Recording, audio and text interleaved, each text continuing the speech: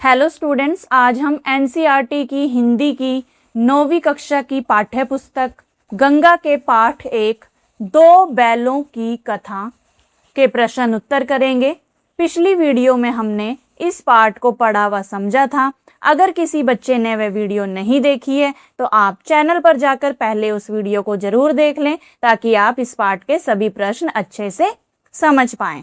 तो आइए अब आज का वीडियो शुरू करते हैं। यदि वीडियो अच्छा लगे तो वीडियो को लाइक और चैनल को सब्सक्राइब भी जरूर कर लीजिएगा। तो पहला प्रश्न है हमारा, रचना से संवाद, मेरे उत्तर मेरे तर्क। निम्नलिखित प्रश्नों के सटीक उत्तर चुनिए और यह भी बताइए कि आपको ये उत्तर उपयुक्त क्यों लगते हैं। तो यहाँ हमें प्रश्न दिए गए हैं और उनके चार विकल्प यानी कि ऑप्शंस दिए गए हैं। तो जो भी ऑप्शन आपको सही लगता है उसको आपने उस पर टिक लगाना है, ठीक है। और कारण भी बताना है कि आपने ये उत्तर क्यों चुने, आपको यही उत्तर क्यों उपयुक्त लगते हैं। तो पहला प्रश्न देखिए, कहानी में हीरा और मोती का आपसी संबंध किस गुण को मुख्य रूप से दर्शाता है। कि कहानी में जैसा कि हमने पढ़ा, हीरा और मोती का आपस में जो संबंध था वो उनके किस गुण को दर्शाता है। तो पहला ऑप्शन दिया गया है प्रतिस्पर्धा और प्रतिद्वंदिता, जिसका अर्थ होता है दो या अधिक लोगों या समूहों के बीच मुकाबला, ठीक है। दूसरा ऑप्शन है एकता और सहयोग, कि उनमें एकता थी, सहयोग की भावना थी। गर्व और दंभ, दंभ का अर्थ होता है अहंकार या घमंड या झूठा दिखावा, ठीक है। चौथा ऑप्शन है विद्रोह और क्रोध। तो इस प्रश्न का जो सही उत्तर है वो है एकता और सहयोग। तो यहाँ पर हमारा ये ऑप्शन, ये उत्तर चुनने का कारण क्या है कि हीरा और मोती हर काम साथ करते हैं, साथ खाते हैं, साथ काम करते हैं और एक दूसरे का साथ कभी नहीं छोड़ते। मुसीबत में भी वो एक दूसरे की मदद करते हैं, इसलिए उनका संबंध एकता और सहयोग को दर्शाता है। फिर अगला प्रश्न है, हीरा और मोती ने नया स्थान स्वीकार क्यों नहीं किया। कि जब उन्हें झूरी के घर भेजा गया तो उन्होंने उस स्थान को स्वीकार क्यों नहीं किया। तो ऑप्शन है पहला कि उन्हें भरपेट भोजन दिया गया, उन्हें बहुत मोटी रस्सी से बांधा गया, मालिक ने बेचा यह सोचकर उन्हें अपमान लगा, या उन्हें अलग अलग बांधा गया। तो हीरा और मोती ने नया स्थान स्वीकार नहीं किया क्योंकि मालिक ने उन्हें बेचा और यह सोचकर उन्हें अपमान लगा, ठीक है। तो ये वाला ऑप्शन जो है आपका सही रहेगा और ये उत्तर चुनने का कारण भी हम बताएंगे। दोनों बैलों को लगा कि उनके मालिक झूरी ने उन्हें बेच दिया है, इसलिए उन्हें बहुत दुख और अपमान महसूस हुआ, इसलिए उन्होंने नया स्थान स्वीकार नहीं किया और वापस लौट आए। प्रश्न 3 देखिए, बैलों ने रस्सी तोड़कर घर लौटने का निर्णय क्यों लिया। निर्णय यानी कि फैसला। कष्टों से बचने के लिए, स्वतंत्रता प्राप्त करने के लिए, अभिमान की रक्षा के लिए, अपनापन पाने के लिए। तो वैसे देखा जाए तो चारों ऑप्शंस जो हैं वो सही दिख रहे हैं, क्योंकि वो एक तो कष्टों से, जो भी उन पर कष्ट हो रहे थे, जो भी उन्हें दुख तकलीफ हो रही थी, एक तो उससे बचना चाहते थे, स्वतंत्रता भी वो प्राप्त करना चाहते थे और अपने अभिमान की रक्षा भी वो करना चाहते थे और अपनापन तो उन्हें चाहिए ही था। लेकिन सबसे सही ऑप्शन, सही उत्तर जो है वो है अपनापन पाने के लिए, ठीक है। कि उन्हें सबसे ज्यादा किसकी जरूरत थी, अपनेपन की जरूरत थी, प्यार की जरूरत थी, इसीलिए उन्होंने रस्सी तोड़कर घर लौटने का निर्णय लिया, ठीक है। तो ये वाला ऑप्शन आपका सही रहेगा। तो उन्हें अपने पुराने मालिक झूरी के पास प्रेम और अपनापन मिलता था, नए स्थान पर ना तो प्यार मिला न सम्मान, इसलिए वे अपने घर और अपनापन पाने के लिए लौटे। प्रश्न 4 देखिए, गया द्वारा डंडे से मारने पर मोती का आक्रोश किस मानवीय मनोवृत्ति का द्योतक है। तो यहाँ पर आक्रोश का अर्थ क्या है, यानी गुस्सा, उसका क्रोध, ठीक है। तो वो मानव की किस मनोवृत्ति का द्योतक है। तो ऑप्शंस दिए गए हैं स्वाभिमान, अहिंसा, पराधीनता या अन्याय की रक्षा। तो इस प्रश्न का जो सही उत्तर है वो है स्वाभिमान। ठीक है। जब गया ने हीरा को मारा तो मोती से यह अन्याय सहन नहीं हुआ और वह गुस्से में आ गया। यह उसके स्वाभिमान और आत्मसम्मान को दर्शाता है। अगला प्रश्न देखिए, कहानी में बैलों की मूक भाषा का प्रयोग लेखक ने किस लिए किया? तो मूक भाषा क्या होता है? मूक भाषा का अर्थ होता है बिना बोले, जब हम केवल इशारों में या फिर बॉडी लैंग्वेज यानी कि शारीरिक हाव भाव से या आंखों के संकेतों के माध्यम से अपने जो विचार और भावनाएं जो हैं वो व्यक्त करते हैं, एक्सप्रेस करते हैं। ठीक है।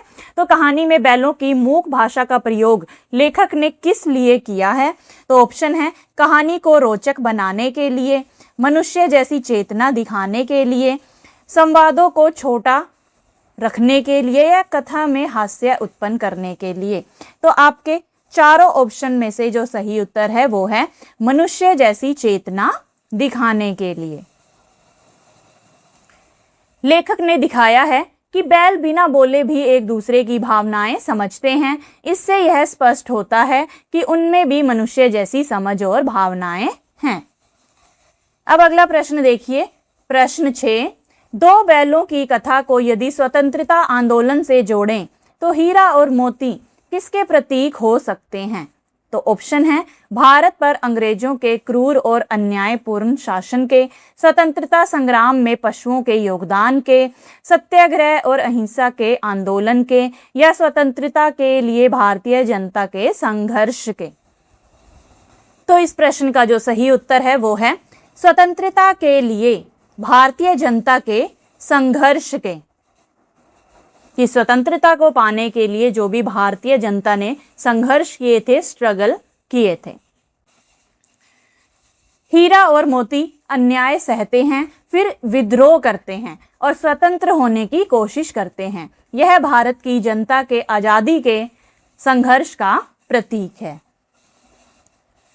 अब अगला प्रश्न देखिए, मेरी समझ मेरे विचार। ठीक है। नीचे दिए गए प्रश्नों पर कक्षा में चर्चा कीजिए और उनके उत्तर लिखिए। तो प्रश्न 1, दूसरे दिन गया ने बैलों को हल में जोता, पर इन दोनों ने जैसे पांव ना उठाने की कसम खा ली थी। जब बैल नए मालिक के यहाँ गए तो उन्होंने काम करने से इनकार क्यों कर दिया था? तो उत्तर है, जब हीरा और मोती नए मालिक यानी गया के यहाँ पहुंचे तो उन्हें लगा कि उनके असली मालिक झूरी ने उन्हें बेच दिया है।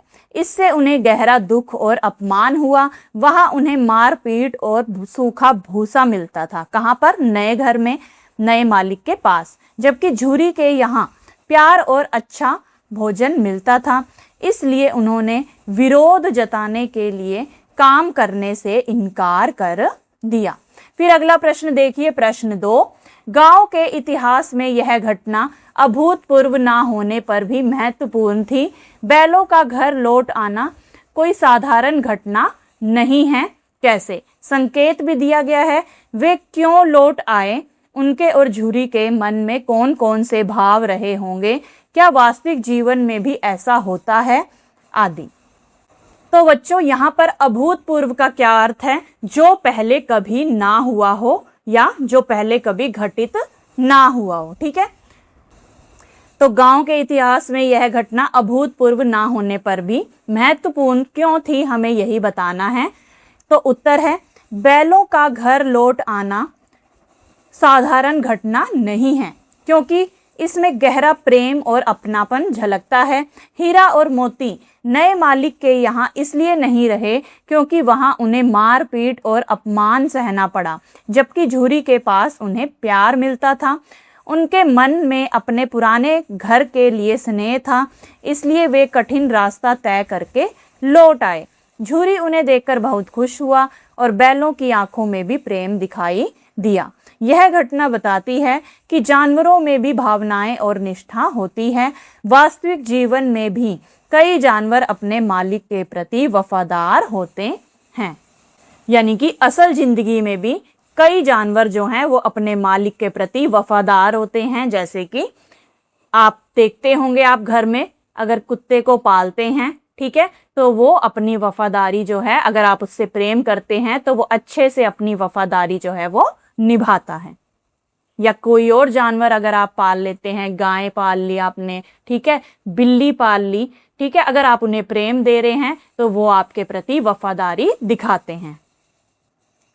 अगला प्रश्न देखिए, मोती ने मूक भाषा में कहा, अब तो नहीं सहा जाता हीरा, कभी कभी संघर्ष करना आवश्यक हो जाता है। इस कथन को कहानी के उदाहरणों से सिद्ध कीजिए। तो उत्तर है, कहानी दो बैलों की कथा में यह स्पष्ट होता है कि कभी कभी संघर्ष करना आवश्यक हो जाता है। जब गया हीरा को मारता है तो मोती अन्याय सहन नहीं करता और हल लेकर भाग जाता है। इसी तरह कांजी हाउस में बंद होने पर दोनों बैल दीवार तोड़कर स्वयं को और अन्य जानवरों को आजाद करते हैं, स्वतंत्र करते हैं, लेकिन वो खुद तो आजाद नहीं हो पाते, लेकिन बाकी जानवरों को वो आजाद करते हैं। सांड के आक्रमण के समय भी वे मिलकर उससे संघर्ष करते हैं। इन सभी घटनाओं से सिद्ध होता है कि अन्याय और संकट की स्थिति में चुप रहने की बजाय संघर्ष करना जरूरी होता है, तभी सम्मान और स्वतंत्रता मिलती है। यानी कि हमें अपनी आज़ादी के लिए खुद ही संघर्ष करना पड़ेगा। अगर हम संघर्ष ही नहीं करेंगे तो हम कभी भी आज़ाद नहीं हो पाएंगे, स्वतंत्र नहीं हो पाएंगे। इसीलिए कभी कभी संघर्ष करना आवश्यक हो जाता है। फिर अगला प्रश्न देखिए, जब पेट भर गया और दोनों ने आज़ादी का अनुभव किया, हीरा एवं मोती स्वतंत्रता और अपनापन दोनों में से किस भावना से अधिक प्रेरित थे? कारण सहित लिखिए कि हीरा और जो मोती हैं वो स्वतंत्रता, अपनी आज़ादी या अपनापन दोनों में से किस भावना से अधिक प्रेरित थे, मोटिवेट थे? तो उत्तर है, हीरा और मोती स्वतंत्रता की तुलना में अपनापन से अधिक प्रेरित थे। यानी कि वो आजाद तो होना चाहते थे, लेकिन उससे भी जरूरी क्या था उनके लिए? अपनापन, किसी से प्रेम मिलना।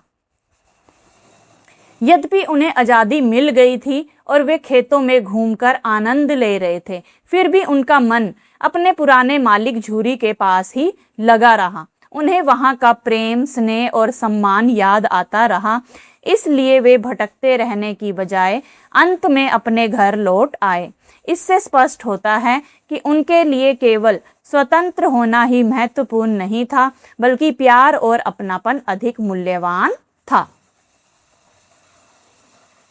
अब अगला प्रश्न देखिए, बैलों ने जैसे पांव ना उठाने की कसम खा ली थी, अत्याचार सहना भी अन्याय में भागीदारी है। क्या आप इस कथन से सहमत हैं? अपने उत्तर के कारण भी बताइए कि अत्याचार को अगर हम सहन करते हैं तो वो भी एक तरह का अन्याय ही है, कि हम अन्याय ही कर रहे हैं, है ना? तो आप इस कथन से सहमत हैं तो अपने उत्तर का कारण भी बताइए। तो उत्तर है, हाँ, मैं इस कथन से सहमत हूँ कि अत्याचार सहना भी अन्याय में भागीदारी है। कहानी में हीरा और मोती पर जब गया अत्याचार करता है तो वे चुपचाप सब सहने की बजाय काम करने से इनकार कर देते हैं। यह उनका विरोध और आत्मसम्मान दर्शाता है।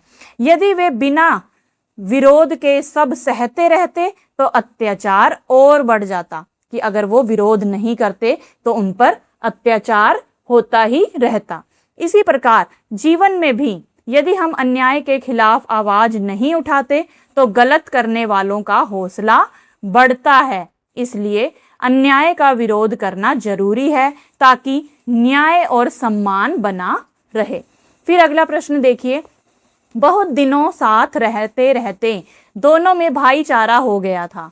हीरा और मोती अभिन्न मित्र थे। कहानी की किन किन घटनाओं के आधार पर यह निष्कर्ष निकाला जा सकता है? कम से कम 3 बिंदु लिखिए। तो बताना है कि हीरा और मोती दोनों में गहरी मित्रता हो गई थी, दोनों में भाईचारा हो गया था। तो ये कहानी की किन किन घटनाओं से पता चलता है? तो पहला देखते हैं, दोनों साथ साथ रहते, खाते और काम करते थे तथा एक दूसरे का साथ कभी नहीं छोड़ते थे। नंबर 2, जब गया ने हीरा को मारा तो मोती को सहन नहीं हुआ और उसने विद्रोह कर हल तोड़ दिया। कांजी हाउस में जब हीरा बंद गया तो मोती उसे छोड़कर भागा नहीं, बल्कि उसके साथ ही रहा। इन घटनाओं से उनकी गहरी मित्रता और भाईचारा स्पष्ट होता है। फिर अगला प्रश्न देखिए, प्रश्न 7।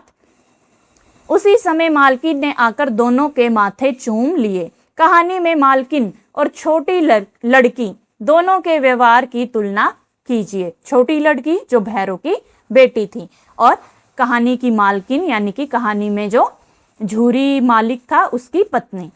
तो कहानी में मालकिन और छोटी लड़की के व्यवहार में स्पष्ट अंतर दिखाई देता है। दोनों का व्यवहार जो है वो अलग अलग था। जो कहानी में मालकिन थी, मालकिन का व्यवहार शुरू में कठोर और निर्दयी था। वह बैलों को कामचोर कहती थी और उन्हें केवल सूखा भूसा देने का आदेश देती थी। उसमें सहानुभूति की कमी थी। और इसके विपरीत जो छोटी लड़की थी उसका व्यवहार बहुत दयालु और प्रेम पूर्ण था। वह चुपके से बैलों को रोटियां खिलाती थी और उनके दुख को समझती थी। हालांकि अंत में जब बैल वापस आ जाते हैं तो मालकिन का व्यवहार भी बदल जाता है। उसके व्यवहार में भी परिवर्तन आ जाता है और वह उनके माथे चूमती है, यानी कि उन्हें प्यार से अपने गले लगा लेती है और उन्हें चूमती है। अगला प्रश्न है, मेरी कल्पना मेरे अनुमान। उसने उनके माथे सहलाए और बोली, खोले देती हूँ, चुपके से भाग जाओ। यदि आप छोटी लड़की होते तो बैलों की मदद किस प्रकार करते? तो उत्तर है, अगर मैं छोटी लड़की होती तो मैं बैलों की मदद उसी तरह करती जैसे उसने की। उन्हें चुपके से खाना खिलाती और सही समय देखकर उनकी रस्सी खोल देती। साथ ही मैं कोशिश करती कि घर के बड़ों को समझाऊं कि जानवरों के साथ कठोर व्यवहार ना करें। यदि संभव होता तो उन्हें सुरक्षित जगह तक पहुंचाने में भी मदद करती। फिर अगला प्रश्न है, दोनों गधे अभी तक ज्यों के त्यों खड़े थे। भय और संकोच इंसान को अवसर मिलने पर भी जकड़े रखता है। कि भय यानी कि जो डर होता है और जो संकोच होता है, झिझक होती है, वो इंसान को अगर उसे मौका मिले ना तब भी उसे वो जकड़े रखता है, वो कर नहीं पाता जो वो करना चाहता है। तो क्या आप इस कथन से सहमत हैं? इस वाक्य के संबंध में कहानी और अपने अनुभवों से उदाहरण लेते हुए भी अपने विचार लिखिए। तो उत्तर है हाँ, मैं इस कथन से सहमत हूं कि भय और संकोच जो है वो इंसान को अवसर मिलने पर भी जकड़े रखता है। कहानी में जब कांजी होस की दीवार टूट जाती है और सभी जानवर भाग जाते हैं, तब भी जो गधे हैं वो डर के कारण वहीं खड़े रहते हैं। उन्हें आजादी का अवसर मिला फिर भी वे साहस नहीं कर पाए। यानी कि जो गधे हैं उन पर वहां पर इतना अत्याचार हुआ कि वो इतना डर गए कि वो वहां से मौका मिलने पर भी वहां से भागने का साहस नहीं जुटा पाए। तो मेरे अनुभव में भी कई बार ऐसा होता है कि हम सही उत्तर जानते हुए भी डर या झिझक के कारण बोल नहीं पाते। इससे अच्छा अवसर जो है वो हाथ से निकल जाता है। कि कई बार आपके साथ भी ऐसा हुआ होगा, ठीक है, जब आप परीक्षा देने जाते हैं, ठीक है, तो आप परीक्षा से इतना डर जाते हैं, इतना घबरा जाते हैं कि पता नहीं पेपर कैसा आएगा, कि मैं कर पाऊंगी या नहीं कर पाऊंगी, है ना। तो आपको अगर क्वेश्चन का आंसर आता है तब भी आप डर के कारण जो है सब कुछ भूल जाते हैं, कुछ भी लिख ही नहीं पाते। होता है ना आपके साथ भी ऐसा। तो इससे यह स्पष्ट होता है कि यदि हम डर और संकोच को छोड़कर साहस करें तभी हम जीवन में आगे बढ़ सकते हैं। अगला प्रश्न है, मेरे अनुभव मेरे विचार। दोस्तों में घनिष्ठता होते ही ढोल धप्पा होने लगता है। कि अगर दो दोस्तों में गहरी मित्रता हो, घनिष्ठता हो, तो ढोल धप्पा होने लगता है, यानी कि हंसी मजाक होता है, एक दूसरे से हर बात शेयर करते हैं, ठीक है। इसके बिना दोस्ती कुछ फुसफुसी, कुछ हल्की सी रहती है, जिस पर ज्यादा विश्वास नहीं किया जा सकता। क्या आप इस बात से सहमत हैं? आपको ऐसा क्यों लगता है? अपने अनुभवों के आधार पर बताइए। तो उत्तर है, मैं इस बात से काफी हद तक सहमत हूं कि जो सच्ची दोस्ती होती है उसमें हंसी मजाक, नोक झोंक और कभी कभी हल्का फुल्का ढोल धप्पा भी होता है। तो ढोल धप्पा का अर्थ क्या है? जैसे दोस्तों में हो जाती है हंसी मजाक में ही हाथापाई या हल्की मारपीट, ठीक है। इससे दोस्तों के बीच अपनापन और घनिष्ठता बढ़ती है। जब दोस्त खुलकर मजाक करते हैं तो यह दिखाता है कि उनके बीच झिझक नहीं है और वे एक दूसरे पर भरोसा करते हैं। हालांकि यह सब मर्यादा में होना चाहिए, कि ये सब भी मर्यादा में होना चाहिए, एक लिमिट में होना चाहिए, ताकि किसी की भावनाएं आहत ना हो, कि ऐसा ना हो कि हम मजाक मजाक में किसी की भावनाओं को ठेस पहुंचा दें, है ना। मेरे अनुभव में मेरे दोस्तों के साथ भी हम मजाक करते हैं, लेकिन जब किसी को समस्या होती है तो सभी साथ खड़े हो जाते हैं। इससे लगता है कि हमारी दोस्ती सच्ची और मजबूत है। अब अगला प्रश्न देखिए। हीरा ने तिरस्कार किया, गिरे हुए बैरी पर सींग न चलाना चाहिए, यह सब ढोंग है। बैरी को ऐसा मारना चाहिए कि फिर ना उठे। आपका इस संबंध में क्या विचार है? आप किसके साथ हैं, हीरा के या मोती के या दोनों के? क्यों? ठीक है। जब हीरा कहता है कि हमें बैरी यानी कि दुश्मन पर सींग नहीं चलाना चाहिए, गिरे हुए बैरी पर यानी कि गिरा हुआ जो पहले से ही घायल है उस पर वार नहीं करना चाहिए। और जो मोती है उसका विचार क्या था कि दुश्मन को पूरी तरह से ही हमें खत्म कर देना चाहिए, कि वो दोबारा उठने की हिम्मत ना कर सके। तो आपको बताना है कि किसका विचार जो है वो सही है। तो आप किसके साथ हैं, हीरा के या मोती के या दोनों के? कारण भी बताना है। तो हीरा का विचार क्या था कि गिरे हुए दुश्मन पर वार नहीं करना चाहिए, और मोती का विचार कि दुश्मन को पूरी तरह खत्म कर देना चाहिए।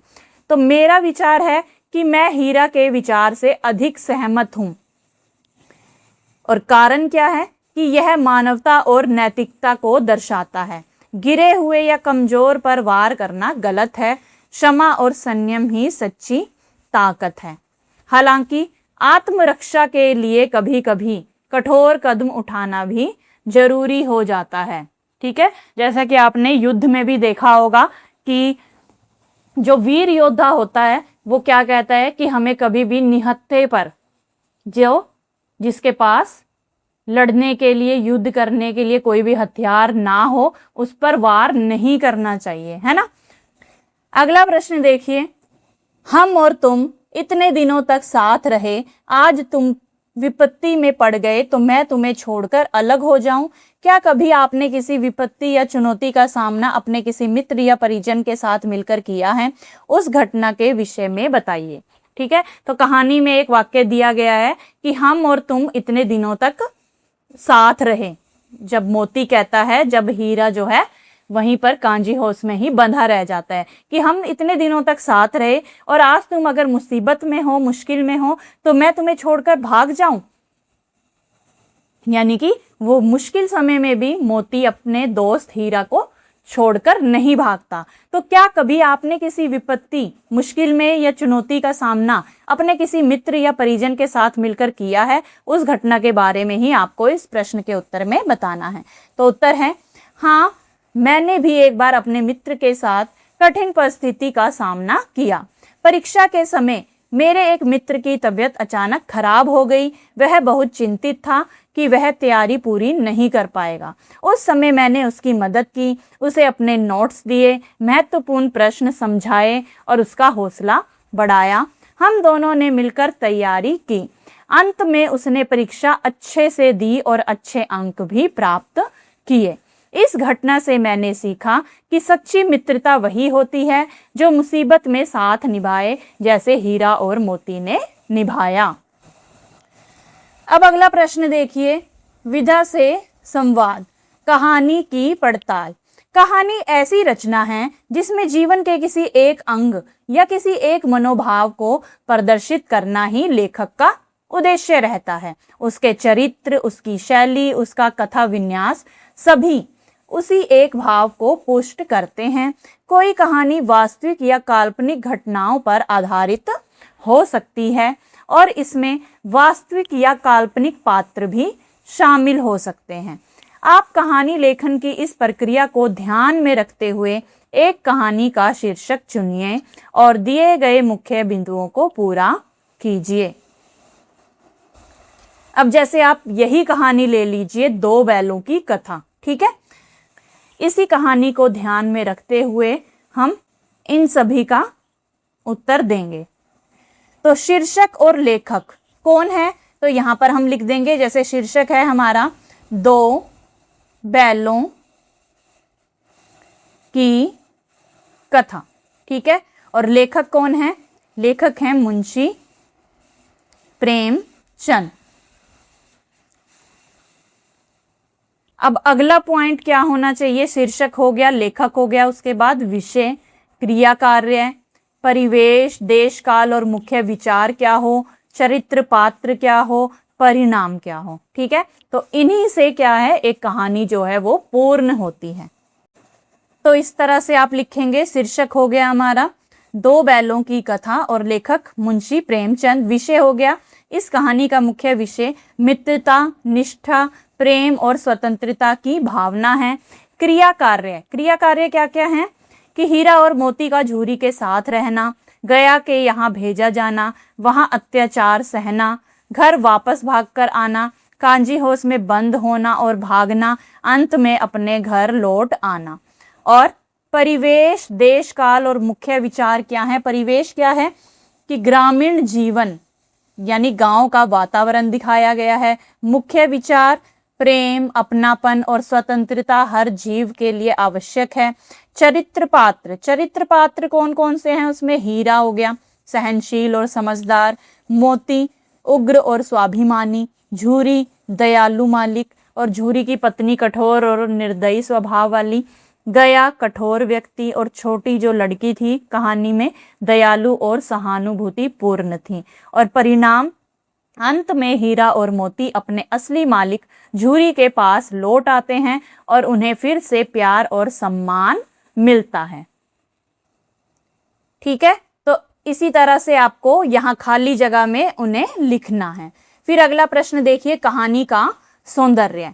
दोनों सिर झुकाकर उसका हाथ चाटने लगे, दोनों की पूंछें खड़ी हो गई। इस वाक्य को पढ़कर आंखों के सामने एक दृश्य सा बन जाता है। आप जानते हैं कि भाषा की इस विशेषता को चित्रात्मकता कहते हैं। दो बैलों की कथा कहानी में ऐसी अनेक विशेषताएं हैं जो इसे अद्भुत और प्रभावपूर्ण बनाती हैं। नीचे इस कहानी में आए कुछ विशेष बिंदुओं को उदाहरण के साथ दिया गया है। आप भी एक एक उदाहरण खोजकर तालिका में लिखिए, ठीक है।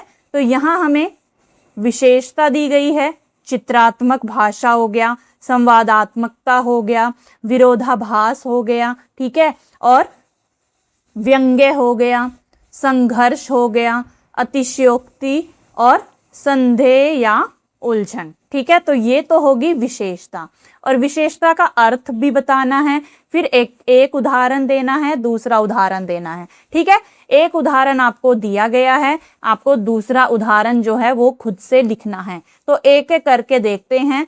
जैसे पहली विशेषता क्या है, चित्रात्मक भाषा, और इसका अर्थ क्या है विशेषता का कि शब्दों के माध्यम से पाठक के मन में स्पष्ट और जीवंत चित्र या छवियां बनना। जैसा कि हमने अभी ऊपर पढ़ा कि दोनों सिर झुकाकर उसका हाथ चाटने लगे, दोनों की पूंछें खड़ी हो गई, ठीक है।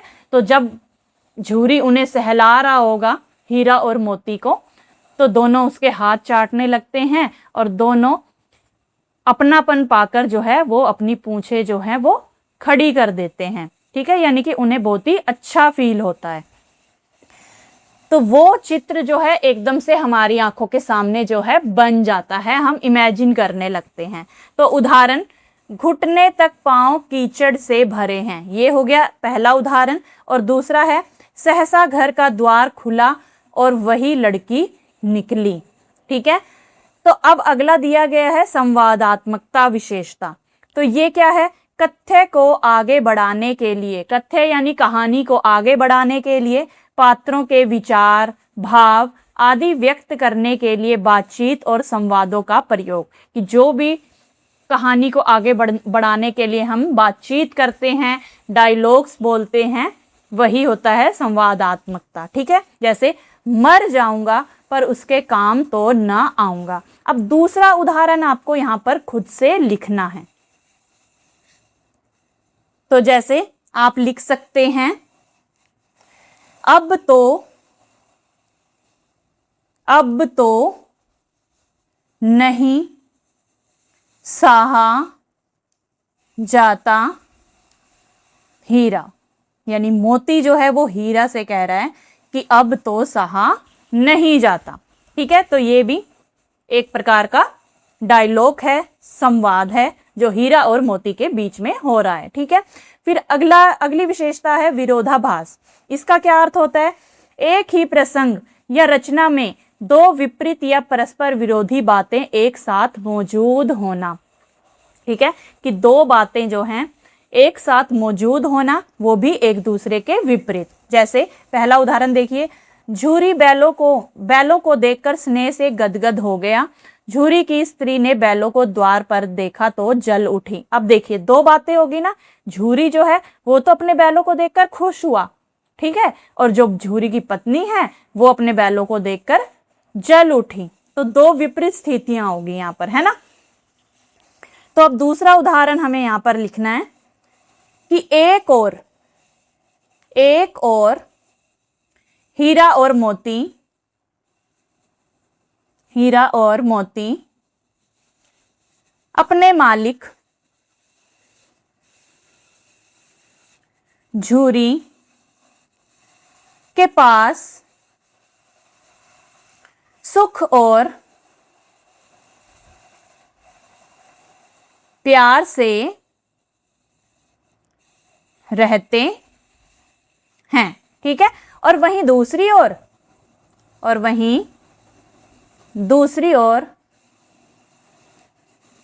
गया के यहाँ उन्हें मार पीट और सूखा भूसा मिलता है। ठीक है, यहां पर भी दो विपरीत स्थितियां होगी कि एक और तो हीरा और मोती जो है जब वो अपने मालिक झूरी के पास रहते थे तब तो बड़े ही प्रेम से, सुख से, प्यार से रहते थे। उन्हें खाने को भी अच्छा अच्छा मिलता था। ठीक है, हरा चारा मिलता था, ठीक है, चोकर मिलता था। लेकिन दूसरी ओर गया के घर जब उन्हें भेजा गया तो वहां उन्हें मारा पीटा जाता था और सूखा भूसा जो है वो खाने को मिलता था। अब अगली विशेषता देखिए, व्यंग्य, जिसका अर्थ है वह शैली जिसमें मजाक, हास्य या कटाक्ष यानी चुभते हुए संकेतों के माध्यम से किसी दोष, कुरीति, अन्याय, पाखंड या कमजोरी को प्रकट किया जाता है। ठीक है, तो उदाहरण देखिए, भारतवासियों की अफ्रीका में क्या दुर्दशा हो रही है। अगर वे भी ईंट का जवाब पत्थर से देना सीख जाते तो शायद सभ्य कहलाने लगते। ठीक है, तो इसमें एक तरह से अन्याय दिखाया गया है कि भारतवासियों पर कैसा अन्याय जो है उस समय पर किया जाता था। तो दूसरा उदाहरण आपको खुद से लिखना है। तो आप लिख सकते हैं, सद्गुणों का इतना अनादर कहीं नहीं देखा गया। कदाचित सीधापन संसार के लिए उपयुक्त नहीं है। ठीक है, तो यहाँ पर एक तरह की कमजोरी जो है उसे प्रकट किया जा रहा है कि जो व्यक्ति कमजोर होता है, बिल्कुल सीधा होता है, वो व्यक्ति जो है इस संसार में रहने लायक ही नहीं है। क्योंकि आजकल के समय में बहुत ही चुस्त और चालाक होना पड़ेगा हमें, तभी हम अन्याय के खिलाफ जो है आवाज उठा पाएंगे। अब अगला देखिए, संघर्ष, विशेषण है संघर्ष और उसका अर्थ क्या है? दो विरोधी शक्तियों, विचारों, इच्छाओं या परिस्थितियों का आपस में टकराना। तो उदाहरण एक दिया गया है, उससे भिड़ना जान से हाथ धोना है, लेकिन ना भिड़ने पर भी जान बचती नहीं नजर आती, बैल बनाम सांड। ठीक है, तो अब दूसरा उदाहरण आप खुद से लिखेंगे यहां पर। तो दूसरे उदाहरण में आप लिखेंगे, झूरी ने चिढ़ाया, चारा मिलता तो क्यों भागते, फिर उसकी पत्नी जो है वो चिढ़कर कहती है, भागे इसलिए कि वे लोग तुम जैसे बुद्धुओं की तरह बैलों को सहलाते नहीं, खिलाते हैं तो रगड़ कर जोतते भी हैं। झूरी बनाम झूरी की स्त्री, यानी कि दोनों के बीच की ये बात है। ठीक है, अब अगला विशेषण है अतिशयोक्ति। ठीक है, जिसका अर्थ होता है किसी पात्र, घटना, भाव या वस्तु का वर्णन इतना बड़ा चढ़ाकर करना कि वह असंभव या अविश्वसनीय लगे। ठीक है, कि इतना बड़ा चढ़ाकर वर्णन कर देना कि वो बात जो है असंभव लगे या जिस पर विश्वास ही ना किया जा सके। तो उदाहरण एक दिया गया है, झूरी इन्हें फूल की छड़ी से भी ना छूता था, उसकी टिटकार पर दोनों उड़ने लगते थे। अब बैल उड़ सकते हैं? ऐसा तो नहीं हो सकता ना। तो यहाँ पर इतना बड़ा चढ़ाकर वर्णन किया गया है कि ये बात जो है असंभव सी लगती है, अविश्वसनीय लगती है। तो दूसरा उदाहरण आप लिख सकते हैं, जो दड़ियल व्यक्ति था वो दूर खड़ा धमकियां दे रहा था और मोती विजय शूर की भांति उसका रास्ता रोके खड़ा था। यानी कि मोती की इतनी प्रशंसा यहाँ पर कर दी गई है कि जो अविश्वसनीय सी लगती है। ठीक है, कि मोती जो है वीर शूर की भांति उसका रास्ता जो है रोके खड़ा था। फिर अगला देखिए, संदेह, उलझन। ठीक है, ये होगी विशेषता और इसका अर्थ क्या है, जब पात्र किसी निर्णय पर नहीं पहुंच पाता। तो एक उदाहरण दिया गया है, सारा दिन बीत गया और खाने को एक तिनका भी ना मिला, समझ में ही ना आता था यह कैसा स्वामी है। तो दूसरा उदाहरण आपको खुद से लिखना है, तो आप लिख सकते हैं, दोनों गधे अभी तक खड़े सोच रहे थे कि भागें या ना भागें। ठीक है, कि वो किसी निर्णय पर ही नहीं पहुंच पा रहे थे गधे। ठीक है, जब उन्हें आजाद कर दिया गया तो तब भी वो भागने की कोशिश ही नहीं कर रहे थे, भाग ही नहीं पा रहे थे, निर्णय ही नहीं कर पा रहे थे कि हम यहां से भागें या ना भागें। ठीक है, तो बच्चों ये थे पार्ट 1 दो बैलों की कथा के प्रश्न उत्तर। आशा करती हूँ आपको यहाँ तक सभी प्रश्न अच्छे से समझ में आए होंगे। बाकी के प्रश्न हम अगली वीडियो यानी कि पार्ट 2 में करेंगे।